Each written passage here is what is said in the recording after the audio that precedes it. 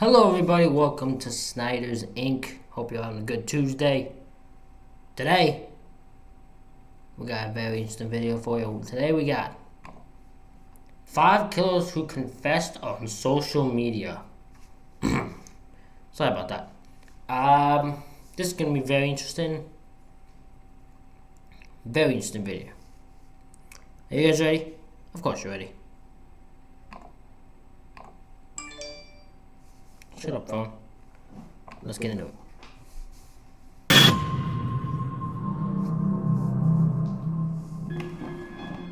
In this video, we look at 5 killers who confessed to their brutal and grisly crimes on social media. Whether through Facebook, Instagram, or Twitter, these killers used social media to boast about and justify their actions.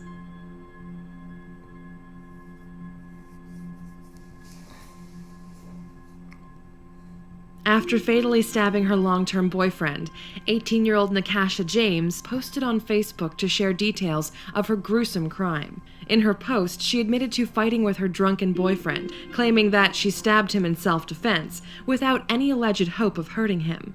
She adamantly claims that she didn't intend to kill him. Her boyfriend, 21-year-old Dorian Powell, who allegedly had been attacking and punching her, was found dead at the scene with a stab wound in his chest in their shared bedroom in San Bernardino, California.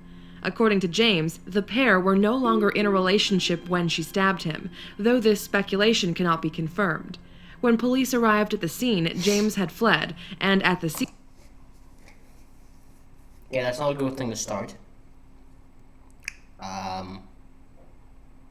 Not a good way to start for you to run.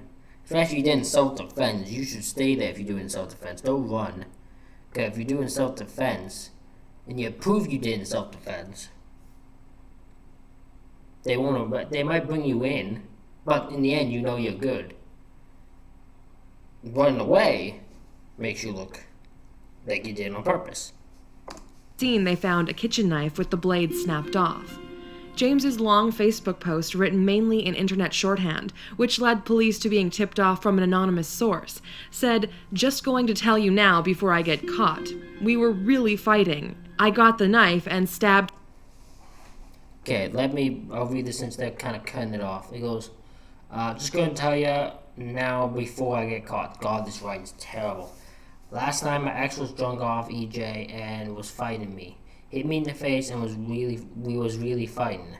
And I got the knife and stabbed him. Didn't think I would hurt him, but I did. He died and I'm on the run. Pigs looking for me. BT, God knows what I mean. I didn't mean to stab. Oh, BT makes but God knows I didn't mean to stab him. I was mad. AF. He socked me in my eyes and just picked something up. But sorry, Lord. Hopefully you forgive me. And sorry, Doreen Powell, R.I.P. Yeah, you going to jail. Didn't think it would hurt him, but he died. In the same Facebook post, James also claimed to be avoiding the police, saying, "I'm on the run. Pigs looking for me." The whole post was later deleted. There's some speculation.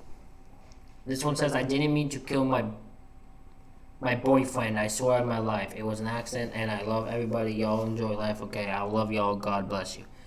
God, this girl makes herself look worse. Speculation from involved parties that someone else may have posted this message on James's account in an attempt to frame her for the crime. This speculation seems somewhat misguided. The couple... I'm about to say, that's like she's claiming she didn't mean to, which is what she would go off of. So that's stupid. That seems misguided. Yeah, that just seems like you need to defend her for say a defender. Like, she did it. The defense is not, hey, she didn't do it. Her defense is, did she do it for self-defense or because she was mad? That's the question, not if she did it or not. The couple had allegedly been dating for around 8 or 9 months before the fatal attack, which occurred in January 2016. Powell's family deny that he was an aggressive or violent person. James's case continues after she pleaded not guilty in a preliminary trial. He doesn't look violent, I will say that, but then again, that doesn't mean he isn't. I'm just throwing out, he doesn't look violent.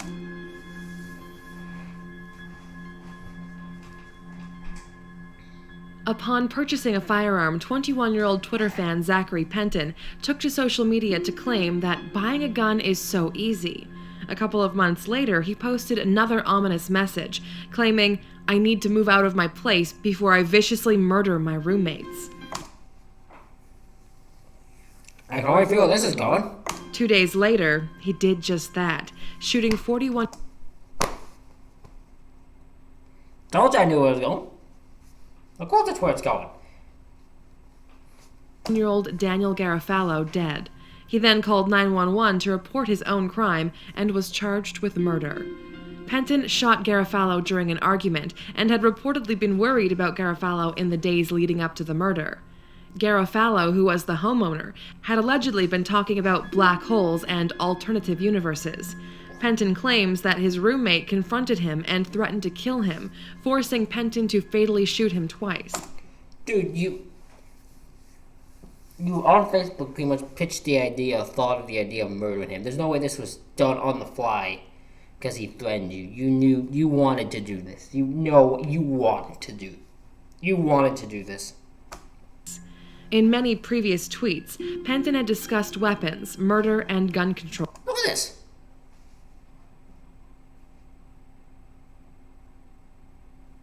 Shooting, I need to buy a gun. I wish I had a gun. I'd feel safer. Get me a gun.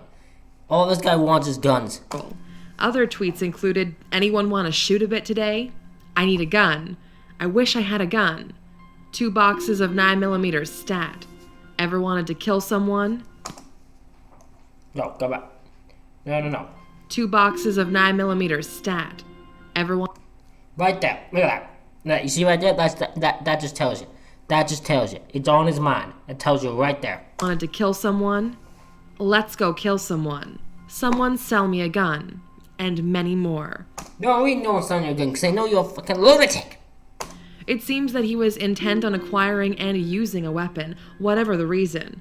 He was also a proponent of pro-gun politics.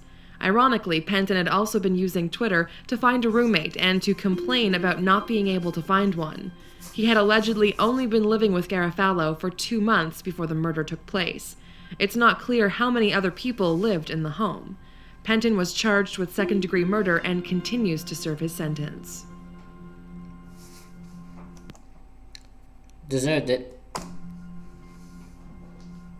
He deserves to be in jail, I mean.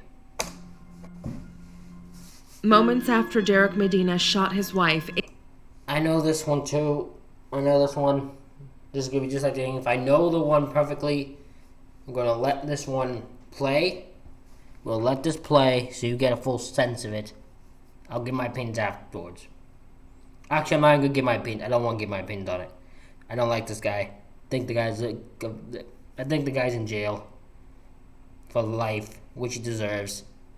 Don't like anything about him. Scumbag. This guy right here, scumbag. I'll let you go on. I'll let this one go on. 8 times in a fatal attack in 2013, he posted a picture of her corpse on Facebook, along with the caption reading R.I.P. Derek Medina, in his early 30s, killed his wife Jennifer Alfonso, 26. The gruesome photograph, which remained on Facebook for about 5 hours before being taken down, shows Alfonso slumped in the corner of a room, her legs folded beneath her, with blood around her arm and neck. Confused friends, having seen the picture, responded with comments asking what had happened. The autopsy suggests that she was cowering when shot.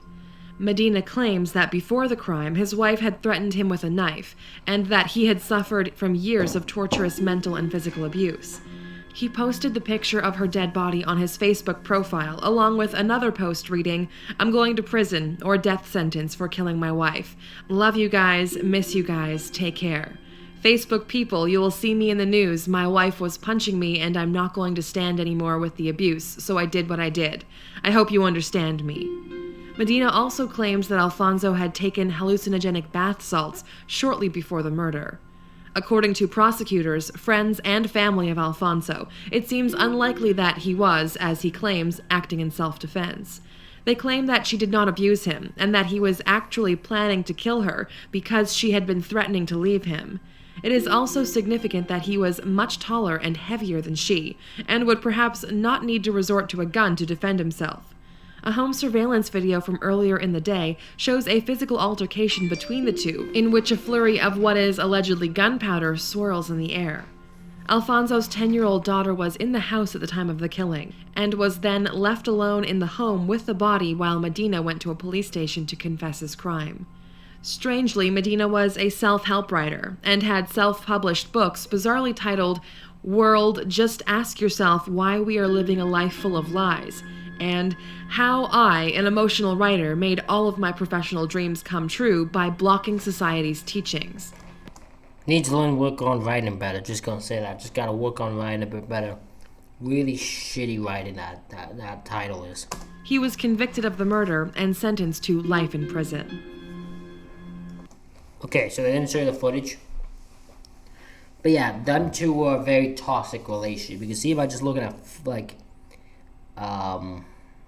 video surveillance video and that. I think there's another one of them two literally arguing, like grabbing on, like aggressively. I think he aggressively grabs her and that. They were a very toxic relationship, and it's unfortunate that because they stayed into it, probably for their daughter, that happened.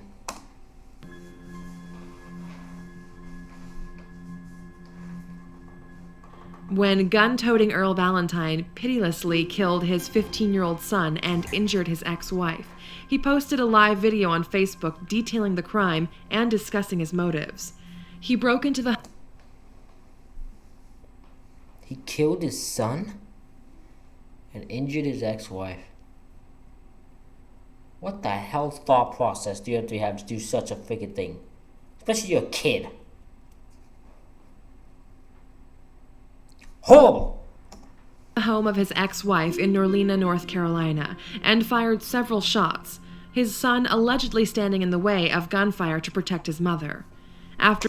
Oh! Okay, so it's not what I thought it was, because I thought he just randomly attacked his son. No, his son the target was the ex-wife. His mother, the kid's mother. And the kid took the bullets for her. Wow. Wow. I bet you that changed that mother forever. After being shot, his son called the police to report the crime. These were purportedly his final words. My mom was there against the emergency. Me and my mom had just been shot. Excuse me? Me and my mom had just been shot. In the chilling video posted shortly after the crime, Valentine is seen driving his car during the night, pragmatically discussing the relationship between he and his ex-wife. She lied on me, had warrants taken out on me. She drugged me all the way down to nothing. I loved my wife, but she deserved what she had coming. Pleasure knowing all y'all. I've been very sick for months, and this is something that I could not help. How are you not addressing in your video the fact that you shot your kid? No, you didn't know. You knew. You know, you can focus on your problems. You can focus on is what's so bad about you. Why everyone needs to have sympathy for you. Horrible. Help. So I don't know if I'm gonna make it where I'm going, but if I don't, I wish all of you a good life. After a wide and frenzied manhunt, officers found him in a hotel almost 300 miles away from the scene of the crime. While surrounded by officers, he shot himself in the head, dying immediately. Norlena Police Chief Taylor Bartholomew had previously talked to Valentine on the phone in the hours between the crime and his suicide. He described him as cold and callous, and said that he showed no sympathy or remorse. According to Bartholomew, Valentine had simply wanted to know whether or not his ex-wife had been successfully killed. Valentine also told Bartholomew that he planned to kill his in-laws before turning the gun on himself.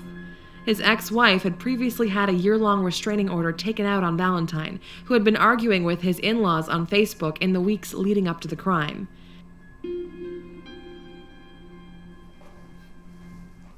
That's just ridiculous.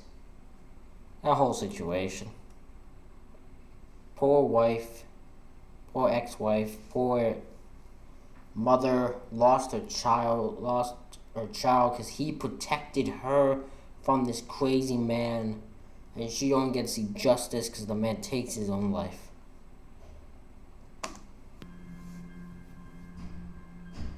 When Amanda Taylor's friends were scrolling through Instagram in April of 2015, they found a shocking and disturbing post. After fatally stabbing the father of her deceased husband, she posted a picture of herself and her accomplice with the caption, "Everything I did was for the right reasons. I stabbed my father-in-law to death because he destroyed my husband." She also wrote, Everything I did was for the right reasons. I stabbed my father-in-law to death because he destroyed my husband with drugs, depression. I wasn't the perfect wife, but this was one last good thing I could do for Rex. I don't care what anyone thinks, I loved Rex more than the world that was for you.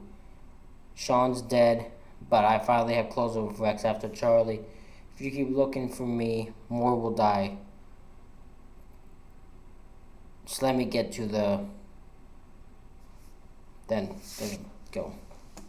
"I wasn't the perfect wife, but this was one of the last good things I could do." When police discovered the body of Charles Taylor, it wasn't long before they were led to Amanda's alarming posts on social media.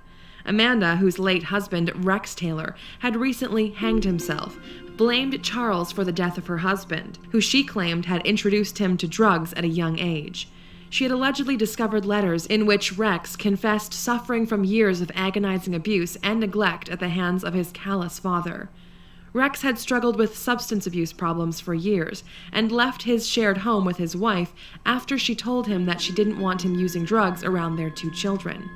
3 days before the murder, Amanda had been released from psychiatric care, where she had undergone a short stay after a haunting and bizarre incident at the gravesite of her husband, in which friends feared she would kill herself.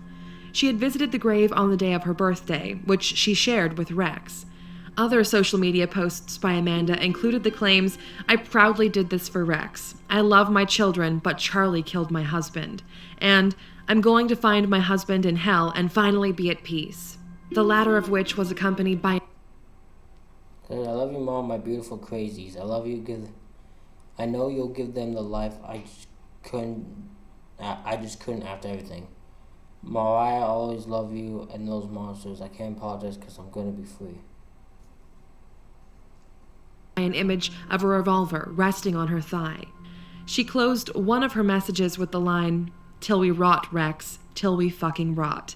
In many of these posts, she seems to imply that she was willing and ready to kill herself. Both Amanda and Rex were apparently obsessed with the macabre and murderous, and were in regular contact with an incarcerated serial killer via written letters. I think this is a situation where someone just went off the fucking deep end here. Because she clearly looks like she's not all fucking there. And I think she has lost the fucking plot a bit. So, I think that's what happened. She lost her goddamn mind and chose to kill her deceased husband's father, because in her mind she believed that he was the reason for this.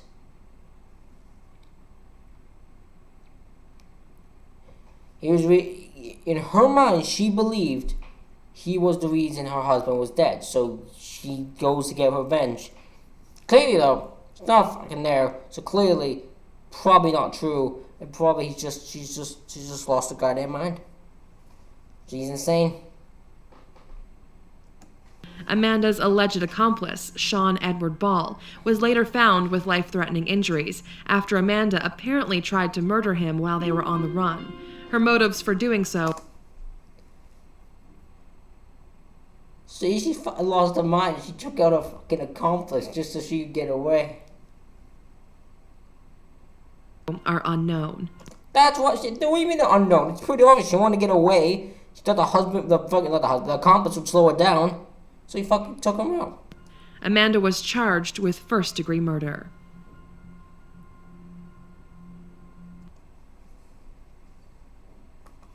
Ridiculous. Ridiculous, I'll tell you. But everybody, that concludes this reaction video. Hope you all enjoyed it. Hit the like button, hit subscribe button, comment what you think down below. Follow us on Twitter at SniperJosh. The sniper is SNYPER Josh. Follow me on Twitter there. And I will see you for the next one.